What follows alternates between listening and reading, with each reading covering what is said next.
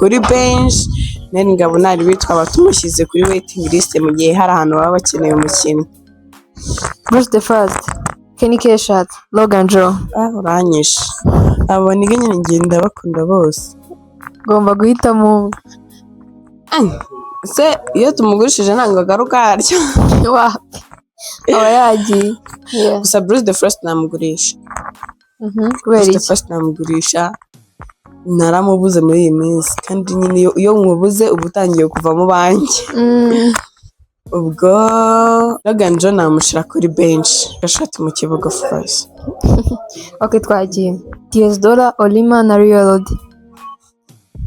$10 rwose papa cyangwa namushira kuri bench Rima namugurisha. Asigaye Real mu kibuga. Ko sometimes mu kibuga bakeneyemo umuntu ushyira utuntu ku murongo gake.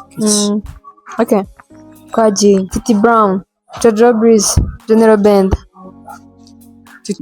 Benda kuri bench. Titi Brown namuryamo makeya ntabwo nyamubona. Jojo Breeze aba afite udukuraje, afite agataye kabereye kubirigita mu mihanda mu kibuga nako. Bagiye ku bakobwa sasa. Dufite Divine wa Shakira Kai, Choose the baddest. Divine mu kibuga, Shakira kuri bench. Man, Divine afite ibikuraje ukuntu agomba kujya mu kibuga ziriya mbaraga akazikoresha ko aba afite esprit. Kandi nyine abantu badafite courage nta kintu babakoresha. Ubwo Kai nawe akaba ari kuri bench areba ngo wagwane. Undi nawe nyine tukaba turi kujya mu makeya. Okay, twagiye. Dufite Miss Jolly, sibyo? Simbi Modo na Kate Bashabe. Kate Bashabe mu kibuga. Okay. Direct. Kate Bashabe mu kibuga. Sinzi nyambona ahantu ari kujongera udupira. Akakajongera ubwo naba namushyize mu kibuga. Hanyuma Miss Jolly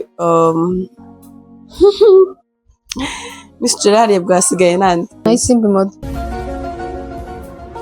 Simbi Modo kuri bench. Miss Jolly akajya kuturebera hanze y'ikibuga cyacu ko byifashe. Akajya kuducungira. Akajya kuducungira akaturebera bimeze biti. Dufite Miss Naomi, Miss Mwedo na Miss Jolly. Jolly nanone? Yego. My love Naomi nagushira mu kibuga. Icyo gihe Jolly yatubwira impamvu kuko ikigaragara ni uko Naomi umufana cyane.